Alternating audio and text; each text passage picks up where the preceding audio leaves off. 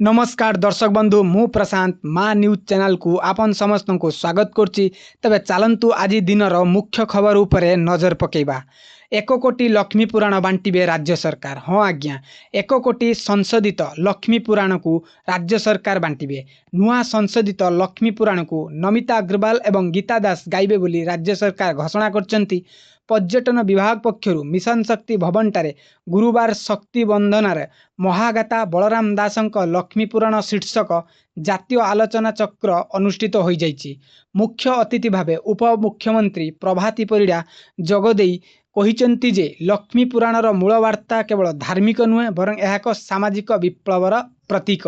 विश्ववासी को ओडिशार शक्ति संस्कृति और परंपरार दर्शन करैबा लक्ष्य पर्यटन विभाग पक्षरु बलराम दासंक समाधिपीठरे लक्ष्मी पुराण कॉरिडोर निर्माण पाई रूपरेखा प्रस्तुत करा जाइछि बोली उपमुख्यमंत्री प्रभाती परिड़ा मत व्यक्त करचंती। एही अवसर में पुरी जिला गोप ब्लॉक अंतर्गत बेगुनिया ग्रामर प्रस्तावित लक्ष्मी पुराण कॉरिडोर परिकल्पित चित्र उपरे आधारित एक स्वतंत्र वीडियो प्रदर्शित करा जायतिला। एही अवसर में कंठशिल्पी नमिता अग्रवाल एवं प्रयोजक सीताराम अग्रवाल को संबंधित करा जायतिला। स्तंभकार असित महांती, अवसर प्राप्त अध्यापक गौरांग चरण दास, कंठशिल्पी नमिता अग्रवाल एवं कंठशिल्पी गीता प्रमुख जोग देथिले। समस्त खबर सटीक अपडेट पाई आम चैनल को सब्सक्राइब करिकी रखि थांतु। आज पाई खबर एतिक थिला। रहिली नमस्कार।